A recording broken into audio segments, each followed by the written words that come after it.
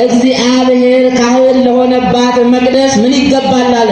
አንክሮ ይገባል አለ። ለተጸነሰባት እናት ላደረጋት መቅደስ አንክሮ ይገባል። 9 ወር ከ5 ቀን በማህፀኗ ለከተመባት መቅደስ አንክሮ ይገባል። እባካችሁ ክርስቲያኖች አሁንም ቢሆን የትኛውንም አይነት ተግባራችሁን፣ የትኛውንም አይነት ስራችሁን፣ የትኛውንም አይነት ሐሳባችሁን ያለ እግዚአብሔር ፈቃድ አትፈጽሙት፣ አትጀምሩት።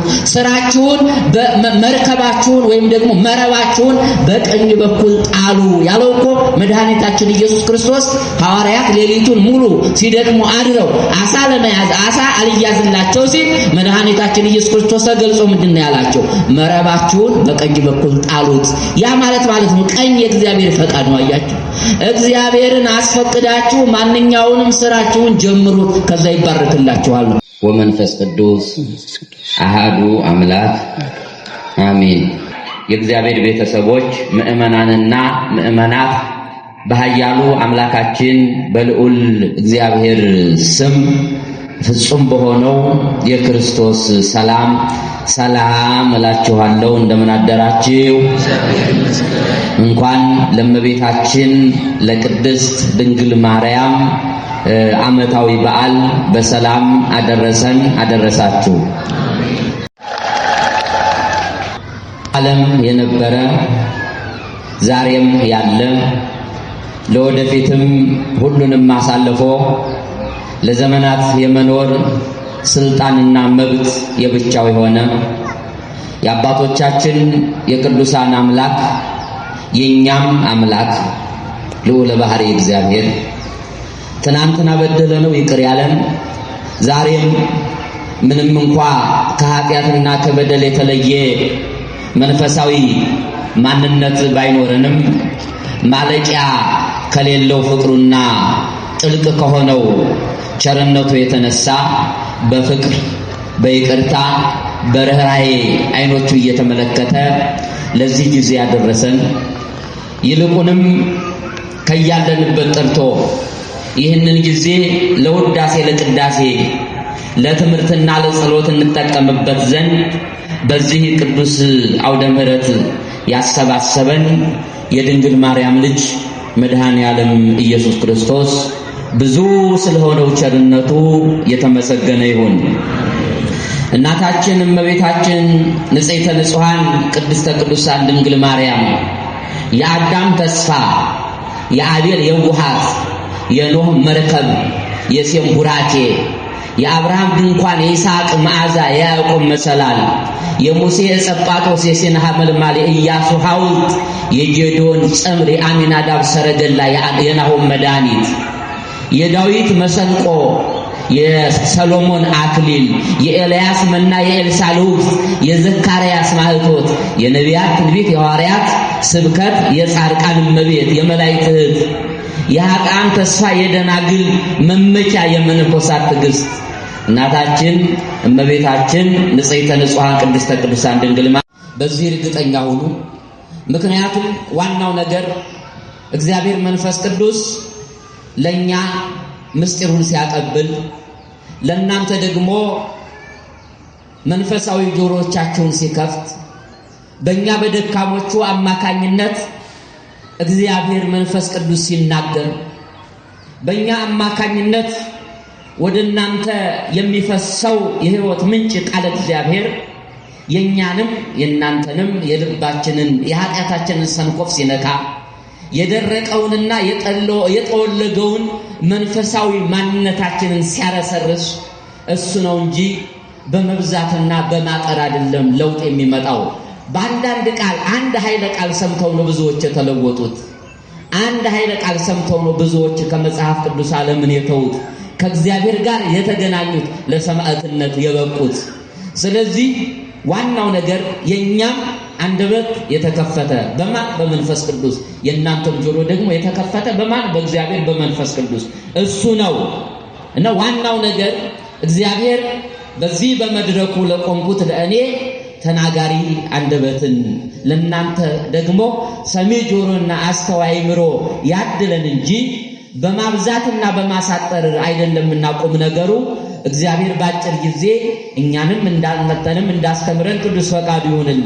ወደ ስጋውና ወደ ደሙ የሚያመጣ ከኃጢአት ከገቢረ ኃጢአት ወደ ገቢረ ጽድቅ ከክፋት ወደ በጎነት የሚመልስ መልካም ቃል በእኔ አንደበት ከተነገረ የተናገረው እግዚአብሔር መንፈስ ቅዱስ ነው። ምክንያቱም እግዚአብሔር ሁልጊዜም ትክክል ከሆነ እግዚአብሔር ትክክል ስለሆነ ምናልባትም ዳይጸ ልሳንና የማይጠቅም ከንቱ ነገር በእኔ አንደበት ከተነገረ የተናገርኩት እኔ ነኝ። ምክንያቱም ሰው ሁልጊዜም ስለሚሳሳት። ስለዚህ ማን ያስተምረን ማለት ነው? እግዚአብሔር ያስተምረን።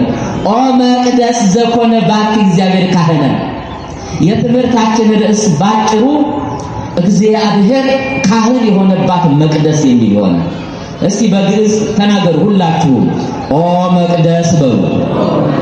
ኦ መቅደስ ዘኮነ ባቲ እግዚአብሔር ካህነ። እግዚአብሔር ካህነ። እግዚአብሔር ካህን ለሆነባት መቅደስ አንክሮ ይገባል። ከዚህ በመነሳት እግዚአብሔር ካህን የሆነባት መቅደስ በሚል ርዕስ ተነሳስተን እንነጋገራለን። እግዚአብሔር ያስተምረን። እንድትናገሩት የፈለኩት ምንድነው? ጆሮዎቻችሁ ለእግዚአብሔር ቃል ተከፍተዋል። አዎ፣ ነገር ግን አንደበታችሁም እንድባረክ ነው።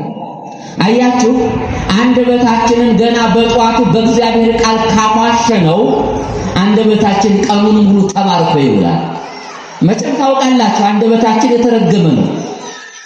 ልክ እንዳልተሟሸ ምጣድ ነው አንደበታችን። ታውቃላችሁ? ታምናላችሁ? ያልተሟሸ ምጣድ እንጀራ ምን ያደርጋል? ያነኩራል። ያልተሟሸ ምጣድ እንጀራ ያነኩራል። ይሄን እናቶቻችን ታውቋቸዋል። የተሟሸ ምጣድ ግን እንጀራውን በስነ ስርዓት ያወጣል።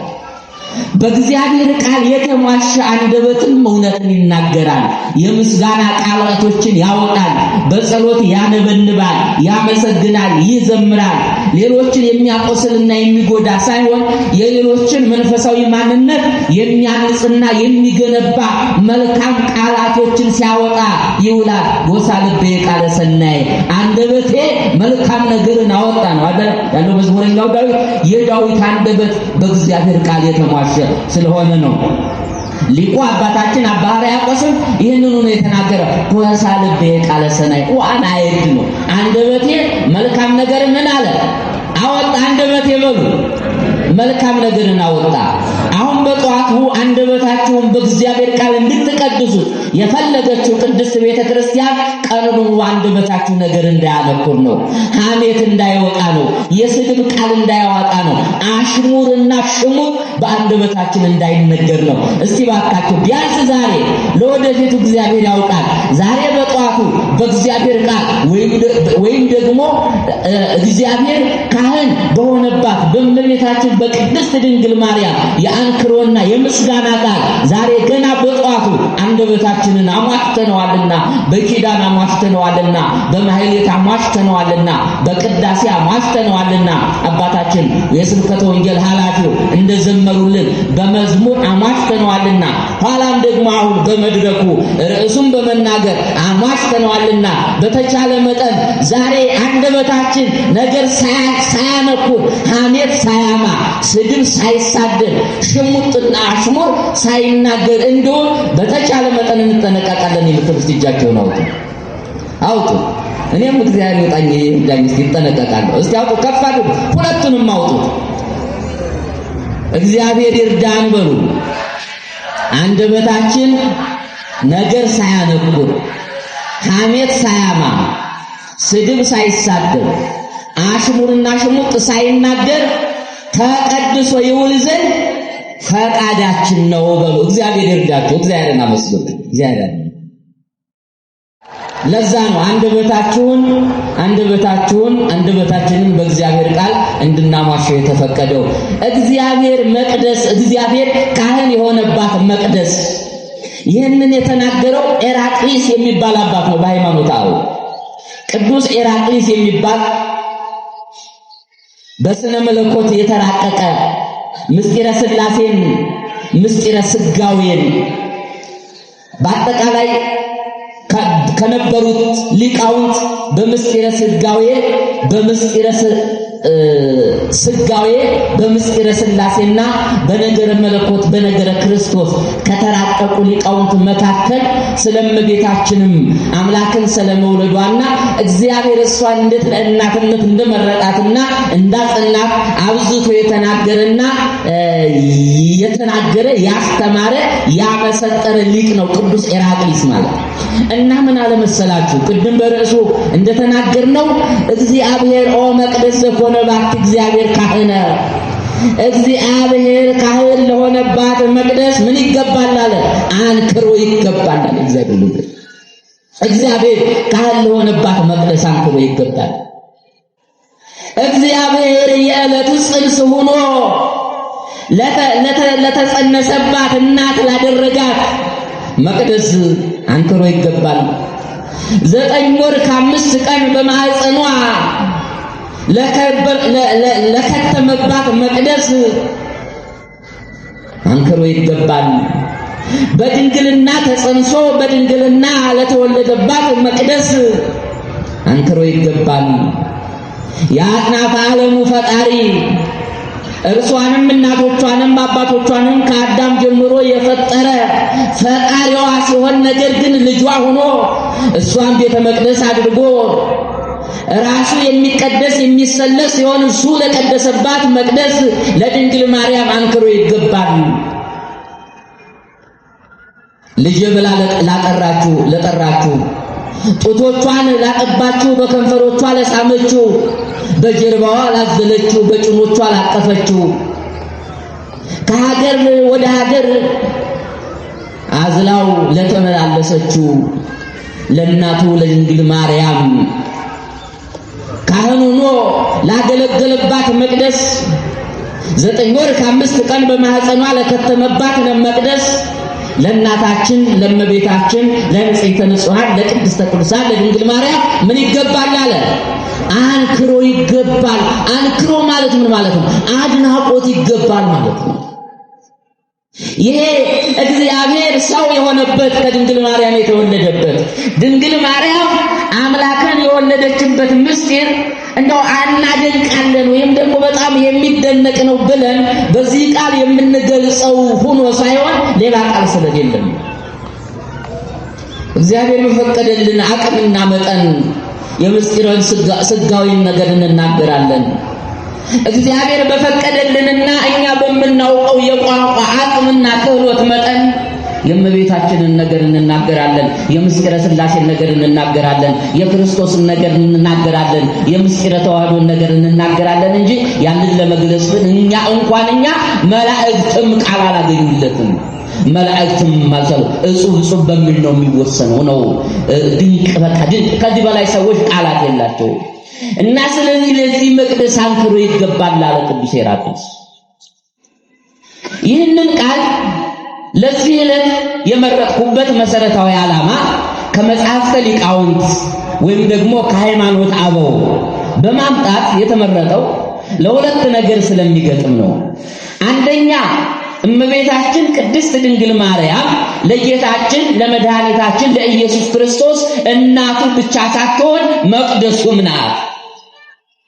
እናቱ ብቻ ሳትሆን ታቦቱም ናት። እናቱ ብቻ ሳትሆን ዓለምን የሚያድንበት ጥበቡ ናት። በጣም ብዙ ነገር ነው።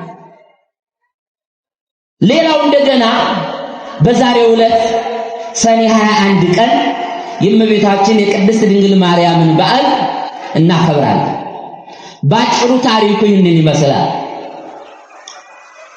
ሐዋርያው ቅዱስ ጳውሎስ ባመነ በ11ኛው ዓመተ ምህረት ጌታችንና መድኃኒታችን ኢየሱስ ክርስቶስ በተወለደ በ53ኛው ዓመተ ምህረት ሐዋርያው ቅዱስ ጳውሎስና ቅዱስ በርናባስ ስብከተ ወንጌልን እየሰበኩ ከኢየሩሳሌም አካባቢ ተነስተው ወደ አውሮፓ ጫፍ ደረሱ ይላል። ወደ ግሪክ ወደ ጥንቷ ጫፍ ደረሱ። እያስተማሩ ባሉበት ሰዓት ወደ ፊልጵስዩስ ደረሱ። በፊልጵስዩስ በአጠቃላይ አውሮፓ በሚባለው ክፍለ ግዛት አምልኮተ ጣዖት የተንሰራፋበት የበዛበት ነበር። ከዛ በኋላ ያለ አምላክ ያለ እግዚአብሔር ሌላ አምላክ እንደሌለ ዓለምን ፈጥሮ የሚገዛ የሚያስተዳድር አዳምን ፈጥሮ ራሱ አምላክ ፈጣሪ እግዚአብሔር እንደሆነ ለአዳም ራሱን የገለጸ ከያ በየዘመናቱ በዘመነ አበው ለአባቶቻችን በዘመነ መሳፍንትም በየጊዜው ለነበሩት ነቢያት በዘመነ ካህናትም በዘመነ ነገሥትም በዘመነ ነቢያትም እግዚአብሔር እየተነገረ እየተሰበከ መጥቶ 5500 ዘመን ሲፈጸም ከሰማያት ሰማያት እንደወረደ ከድንግል ማርያም እንደተወለደ በየጥቂቱ እንዳደገና እንደሞተ እንደተሰቀለ እንደሞተ እንደተነሳ ወደ ሰማይ እንዳረገ እኛን ሊወስደንና ሊጠቀልለን ርስቱን መንግሥተ ሰማያትን ሊያወርሰን ዳግመኛ እንደሚመጣ ስብከተ ወንጌል ሲጠቀለል ይሄ ነው እግዚአብሔር ልጅ። ስብከተ ወንጌል ሲጠቀለል እንደዚህ ነው የሚጠቀለለው። ዋናው መሰረታዊው ነገር አስፈላጊው ነገር የስብከተ ወንጌል የጀርባ አጥንት ወይም ደግሞ መሰረቱ ይሄ ነው። ከአዳም ውድቀት ይነሳ እግዚአብሔር አዳምን ፈጠረው። እግዚአብሔር ራሱን ለአዳም ገለጸ። አምላክ እሱ እንደሆነ አዳምን እግዚአብሔር አምላክ እንደሆነ አወቀ። ከዛ በኋላ አዳም ተሳሳተ፣ በደለ፣ የሞት ሞት ሞተ። ለ5500 ዘመን በመከራ በሲኦል በሰቀቀን አሳለፈ። ከዛ በኋላ እግዚአብሔር ሰው ሆኖ ዓለምን ሊያድን መጣ፣ ተወለደ፣ ተሰደደ፣ ተጠመቀ፣ በገዳመ ቆሮንቶስ ጾመ፣ ጸለየ፣ በቀራንዮ ተሰቀለ፣ ስጋውን ቆረሰ፣ ደሙን አፈሰሰ፣ ተቀበረ፣ ተነሳ፣ አረገ ይልና ዳግመኛ ሊወስደን ይሄን ሁሉ የሆነው በዚህ መጠን እስከ ሞት ድረስ ፍቅሩን የገለጸው ለኛ ነውና እኛን ለማክበር ነውና ዳግመኛ ሊወስደን ወደ መንግሥተ ሰማያት ሊጠቀልለን ለዘላለም ሊያከብረን ይመጣል። ይሄ ነው ሲጠቀለል የክርስትና ስብከት። ይህንን ብለው ሐዋርያው ቅዱስ ጳውሎስና ቅዱስ በርናባስ በፊልጵስዩስ ሰበኩ። የፊልጵስዩስ ሰዎችም ጣዖታቸውን ትተው ሰይጣናቸውን ትተው በክርስቶስ አመኑ። ካመኑ በኋላ ወደ ቤተ ጣዖት የመሄድ ልማድ ነበራቸውና ወደ ቤተ ጣዖት ግን የእግዚአብሔር ከሆናችሁ በኋላ እናንተ የእግዚአብሔር ናችሁ፣ በቤተ ጣዖት ያለው ደግሞ ሰይጣን ነው። ክርስቶስና ቤልሆር ክርስቶስና ዳብሎስ ደግሞ አንድ ላይ አይሄዱም። ይሄዳሉ እንደ ጨለማና ብርሃን፣ ታቦትና ጣዖት፣ ክርስቶስና ዳብሎስ አንድ ላይ ይሄዳሉ? አይሄዱም። ስለዚህ ካሁን በኋላ ወደ የት እንዳትሄዱ፣ ወደ ቤተ ጣዖታት እንዳትሄዱ አሉና አስተማሯቸው። ለዛ ነው ቅድም አንደበታችንን እናሟሸው ያልነው እኮ አንደበታችንን አሁን አመስግነንበታል፣ ኋላ እንዳናማበት እንዳንሰደብበት አንደበታችንን አሁን ጽድቅ ሰርተንበታል። እግዚአብሔር ይመስገን በማለታችን በመዘመራችን ተሰጦ በመቀበላችን በትምህርት ውስጥ ተሳትፎ በማድረጋችን አንደበታችን አሁን እግዚአብሔርን አመስግንበታል። መልሰን ደግሞ መጥፎ ነገር ስንናገርበት የኃጢአት መሳሪያ ይሆናልና የጽድቅ መሳሪያ የኃጢአት መሳሪያ መሆን የለበትም። የክርስቲያኖች ደግሞ ሁለንተናችን አካላችን ነዋየ ቅዱሳት ነው፣ የእግዚአብሔር ቅዱስ አካል ነው። ምክንያቱም እኛ የክርስቶስ አካል ነን፣ ክርስቶስ ደግሞ ለኛ ራሳችን ነው። ስለዚህ የእግዚአብሔር ቅዱስ አካል ሁልጊዜም የተቀደሰ መሆን አለበት። ስለዚህ እናንተም ቢሆን ወደ ቤተ ጣዖት አትሄዱ አሉና የፊልጵስዩስን ክርስቲያኖች አስተምረው ያጠመቋቸውን አስተማሯቸው። የፊልጵስዩስ ክርስቲያኖች አንድ ጥያቄ አነሱ። እኛ ወደ ቤተ ጣዖት የሚሄድ ልምድ አለን። ስለዚህ ወደ ቤተ ጣዖት እንድንሄድ ከከለከላችሁን ሂደን የምንጸልይበት የጸሎት ቤት ስሩልን አሏቸው። ማንና ማን? ጳውሎስንና በርናባስን። ጳውሎስንና በርናባስን በሉ። ይሰማችኋል? ጳውሎስንና በርናባስን ነቃ እንድትሉ ብዬ ነው፣ እንቅልፉም የመጣ ካለ። ስለዚህ ጳውሎስና በርናባስ ሐሳቡ የተባረከና የተቀደሰ ስለሆነ ተቀበሉት። ነገር ግን ዝም ብለው አያደርጉትም። ቤተክርስቲያን መዋቅሩ ያተጀመረው የዛን ጊዜ ነው።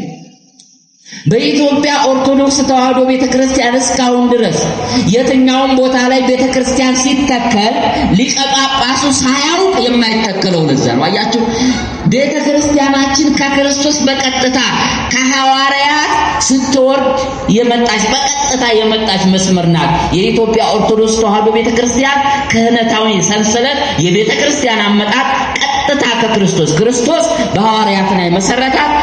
በሐዋርያት በኩል ቀጥታ የመጣች ስለሆነ እስካሁን ድረስ ያንን ሥርዓት የምናገኘው በኢትዮጵያ ኦርቶዶክስ ተዋሕዶ ቤተክርስቲያን ነው። ሌላውን ስትመለከቱት አንዱ የሃይማኖት አስተማሪ ሁለቱ ቢጣሉ አንዱ ለብቻው ተገንጥሎ እዛ ሌላ ቸርች ይከፍታል። ሌላው ምክንያቱም ሐዋርያዊ ሰንሰለት የለውማ። እኔ ግን አሁን እዚህ ብጣላ እዚህ አገልጋይ በሆንና እዚህ ብጣላ ወይ ጸባያን አስተካክላለሁ ወይም ደግሞ እሰናበታለሁ እንጂ እዛ ተገንጥዬ ቤተክርስቲያን መትከል ይችላል አይቻልም። ምክንያቱም የኛ ቤተክርስቲያን ሐዋርያዊ ሰንሰለት ሐዋርያዊ ኩላዊት የምትባለው እንደዛ ነው። ከዛ ያመጣ ነው። ስለዚህ ጳውሎስና በርናባስ ምን አሉ? ሐሳባቸው ጥሩ ነው። ይህንን ግን እኛ ብቻችንን መፈጸም አንችልም። ምክንያቱም የሐዋርያት አለቃ ቅዱስ ጴጥሮስ መስማት አለበት አለ ጳውሎስ። ስለዚህ ወደ ቅዱስ ጴጥሮስ የሐዋርያት አለቃ ቅዱስ ጴጥሮስ ነበርና ወይም ደግሞ በአሁኑ ፓትርያርክ ሊቀ ጳጳስ እንደምንለው ቅዱስ ጴጥሮስ ነበርና ወደ ቅዱስ ጴጥሮስ መልእክት ተላከ ማለት ነው። ቅዱስ ጴጥሮስም ደግሞ ሐሳቡ መልካም እንደሆነ ተገነዘበና ከዮሐንስ ጋር ሆነው አንድ ላይ ነው ሐሳቡን የተቀበሉት። ምን የሚል መልእክት ላኩ?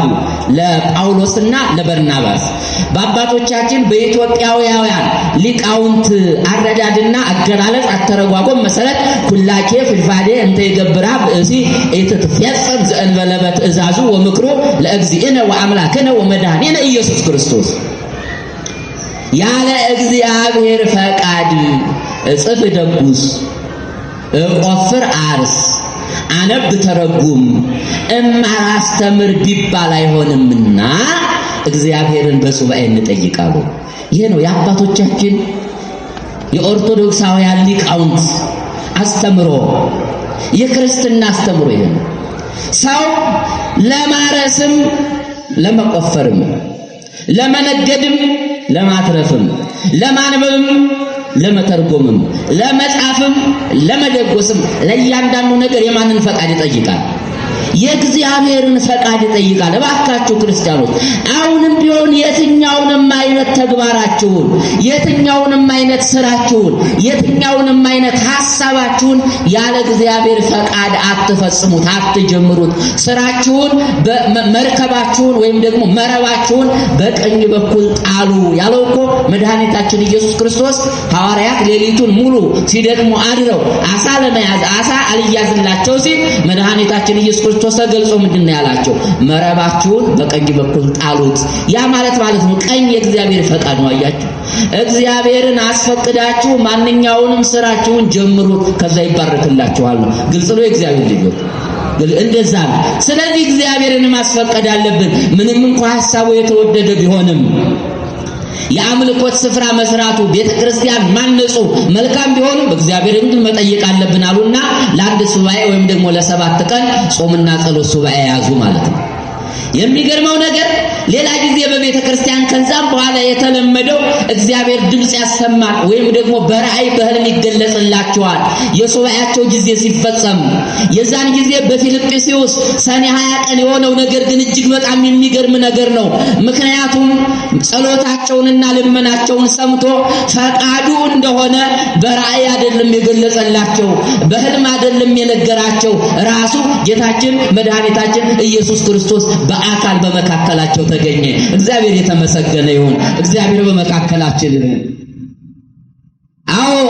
አሁን ብዙ የሚያሳስበን ነገር አለ። ብዙ ነገራችን የሀገር ጉዳይ ያሳስበናል፣ አጠቃላይ የዓለም ጉዳይ ያሳስበናል፣ የግል ጉዳያችን ያሳስበናል፣ የማህበራዊ ጉዳዮቻችን ያሳስቡናል፣ የቤተ ክርስቲያናችን ጉዳይ ያሳስባል። ብዙ የሚያሳስቡን ነገሮች አሉ።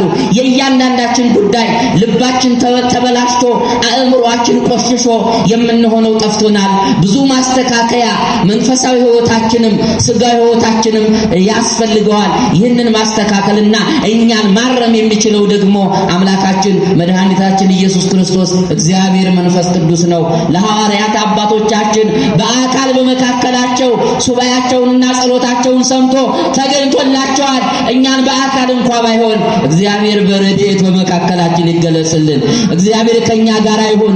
የሀገር አቀፉንም ይሁን የዓለም አቀፉንም ይሁን በቤተ ክርስቲያን ጉዳይ ያለውንም ይሁን በመካከላችን ያለውን ችግር እያንዳንዱን ያስተካክልልን። ልባችን ጨልሟልና ጨለምተኞች ሆነናል። ልባችን የተንኮል የክፋት የምቀኝነት መጋዘን ሆኗል።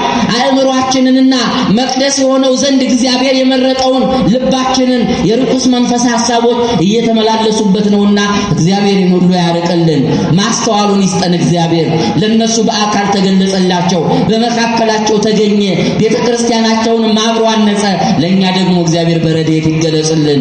የድንግል ማርያም ልጅ አይለየን። አይዟቸው ከነ ማንነታችን ከነ ድክመታችን ከነ ችግራችን ከነ ድህነታችን ከነ በሽታችን እግዚአብሔር ይወደናልና አሁንም በመካከላችን ነው። ብዙ ነገሮችን ተቋቁመን ያለነው እግዚአብሔር ከኛ ጋር ስለሆነ ነውና በድካማችንና በኃጢአታችን ምክንያት ያልተለየን አምላክ እግዚአብሔር የተመሰገነ ይሁን። እግዚአብሔር ይመስገን።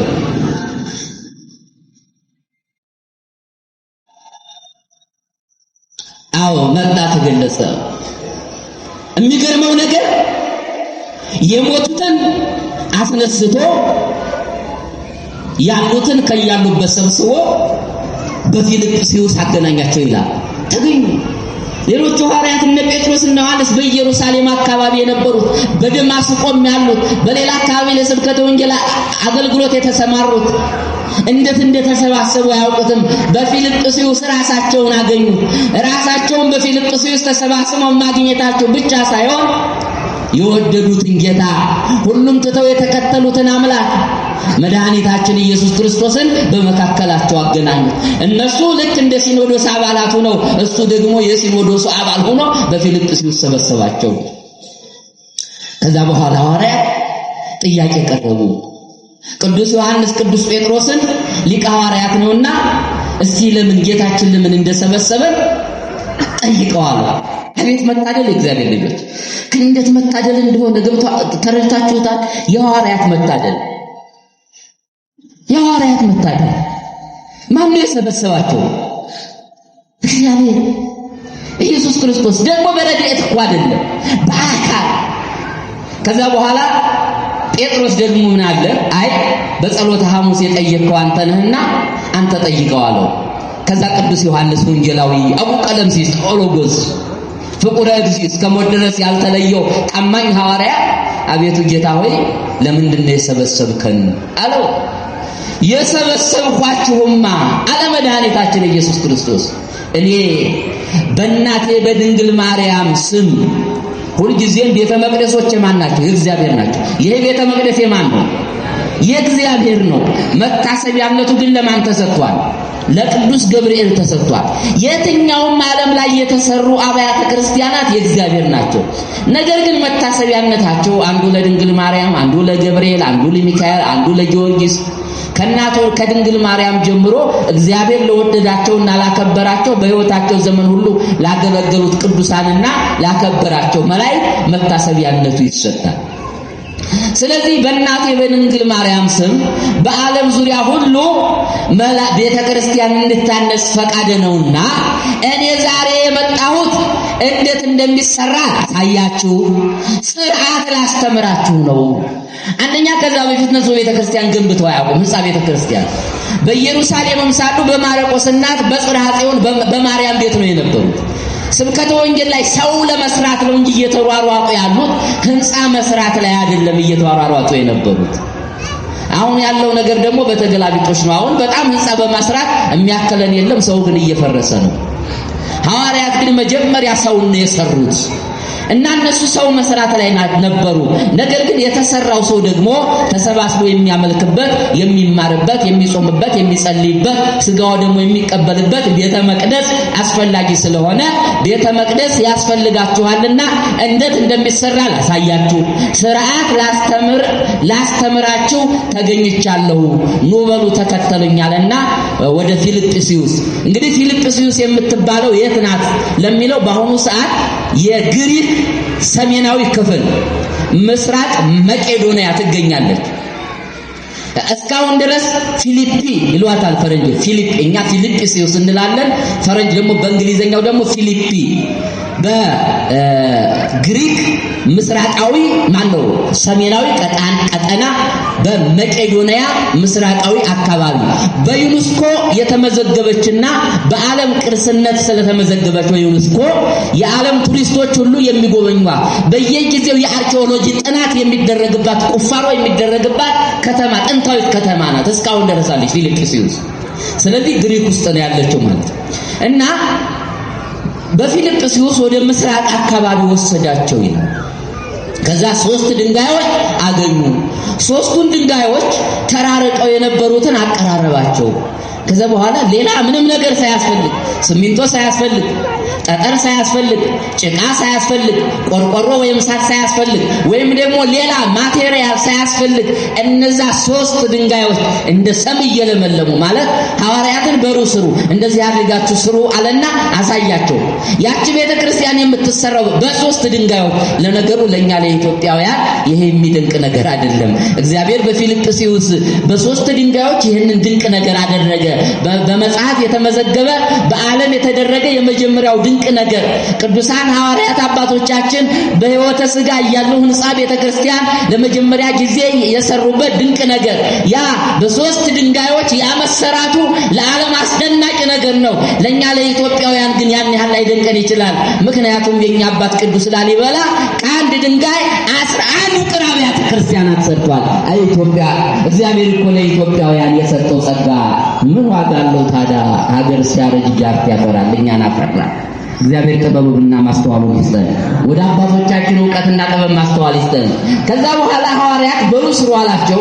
ሐዋርያት ድንጋዩን ሲስቡት እንደ ሰም እየለመለመ እየተለጠጠ ቁመቱ 24 ወርዱ ደግሞ 12 ሜትር የሆነ ቤተ መቅደስ በ3 ክፍል አድርጎ ሰኔ 21 ቀን ታንጾ ሰኔ 20 ቀን ታንጾ በዛሬው ዕለት ሰኔ 21 ቀን ጌታችንና መድኃኒታችን ኢየሱስ ክርስቶስ ራሱ ዋና ካህን ሐዋርያት ልዑካን እመቤታችን ቅድስት ድንግል ማርያምን መንበር ታቦት አድርጎ ቀድሶ አቆረባቸው ይላል። እግዚአብሔር የተመሰገነ ይሁን። እግዚአብሔር ከሁላችን ጋር ይሁን።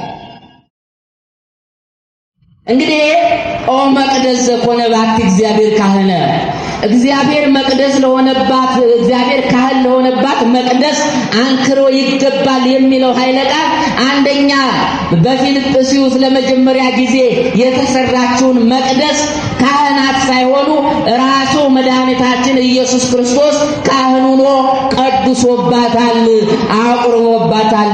እንደገና ደግሞ በሥጋ በተገለጠበት ዘመን እንደሚታወቀው እመቤታችን ንጽሕተ ንጹሐን ቅድስተ ቅዱሳን ድንግል ማርያም የድንግል ማርያም ማህፀን ለአምላካችን ለመድኃኒታችን ለኢየሱስ ክርስቶስ መቅደሱ ነው፣ ማደሪያው ነው። ድንግል ማርያም መቅደሱ ናት። ድንግል ማርያም እናቱ ናት። ድንግል ማርያም ዓለምን የጎበኘባት በረከቱ ናት። ድንግል ማርያም ዓለምን ያዳነባት መንገዱ ናት። እናታችን እመቤታችን ንጽሕተ ንጹሐን ቅድስተ ቅዱሳን ድንግል ማርያም። ስለዚህ እግዚአብሔር መቅደስ ሆኖ ላገለገለባት እግዚአብሔር ካህን ሆኖ ላገለገለባት መቅደስ አንክሮ ይገባል ማለት አንደኛ በፊልጵስዩስ የተሰራችው ቤተክርስቲያን ያሰራሯ ሁኔታና እግዚአብሔር በዛ ቦታ ላይ ያደረገው ድንቅ ነገር የሚደነቅ ነገር ነው። አንክሮ ይገባል። በዋናነት ግን መቅደሱ ያደረጋት የእመቤታችን የቅድስት ድንግል ማርያም ጉዳይ አንክሮ ይገባል ብለን ለእመቤታችን ለቅድስት ድንግል ማርያም ያለንን ክብርና ምስጋና የምንገልጽበትና እግዚአብሔር በድንግል ማርያም በኩል ዓለምን እንዴት እንደጎበኘው እንዴት እንዳዳነው በዛሬው ዕለት የሆነውን ነገር የምናደንቅበትና የምናወሳበት የምንማማርበት ስለሆነ በዚህ መልኩ እግዚአብሔርን እንድናከብር እግዚአብሔርን እንድናመሰግን ቃሉን እንድንሰማ ስለፈቀደልን ስሙ የተመሰገነ ይሁን። ስለዚህ የብቻ ሳይሆን በጸሎተ ሐሙስ ሥርዓተ ቁርባንን ከፈጸሙላቸው በኋላ ቤተ መቅደስ ተሰርቶ በየጊዜው ሥርዓተ ቁርባን ወይም ደግሞ ሥርዓተ ቅዳሴ መፈጸምና ሥጋውንና ደሙን ክርስቲያኖች መቀበል እንዳለባቸው ለቅዱሳን ሐዋርያት ጌታችን መድኃኒታችን ኢየሱስ ክርስቶስ ሥርዓትን ያስተማረበት የተባረከ ቀን ነው። ያከበርነውም እያከበርን ያለውም ይህንኑ ቀን ነውና አምላካችን እግዚአብሔር እኛም በዚህ ቤተክርስቲያን ተሰባስበን ቃሉን እንድንሰማ በዓሉን እንድናከብር ቅዱስ ፈቃዱ ይሁንልን። እንግዲህ ትምህርቱ ባጭሩ ይህንን ይመስላል። ዋናው የቤተ ክርስቲያን መሰረታዊ ዓላማ ቅድም እንደነገርኳችሁ በየጊዜው የእግዚአብሔርን ቃል እየተማር ከገቢረ ኃጢአት ወደ ገቢረ ጽድቅ፣ ከክፋት ወደ በጎነት፣ ከአምልኮተ ጣዖት ወደ አምልኮተ እግዚአብሔር እየተመለስ ኃጢአት ስንሰራ ንስሐ እየገባን በኃጢአት ስንወድቅ በንስሐ እየተነሳን በስጋውና በደሙ እየታተምን ኑረን ኋላ መንግስተ ሰማያትን እንድንወርስ ነውና ይህንን ማድረግ የምንችልበትን መንፈሳዊ አቅም እንዲሰጠን አምላካችን እግዚአብሔር ቅዱስ ፈቃዱ ይሁንልን። ወስብሐት ለእግዚአብሔር።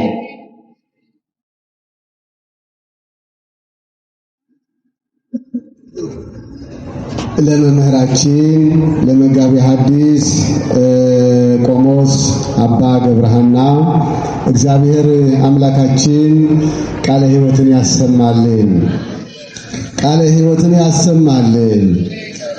የአገልግሎት ዘመናቸውን ይባርክልን። እንደሳቸው አይነት መነኮሳት እግዚአብሔር ያብዛልን። እባካችሁ ከፍ አድርጋችሁ እግዚአብሔርን አመስግኑ።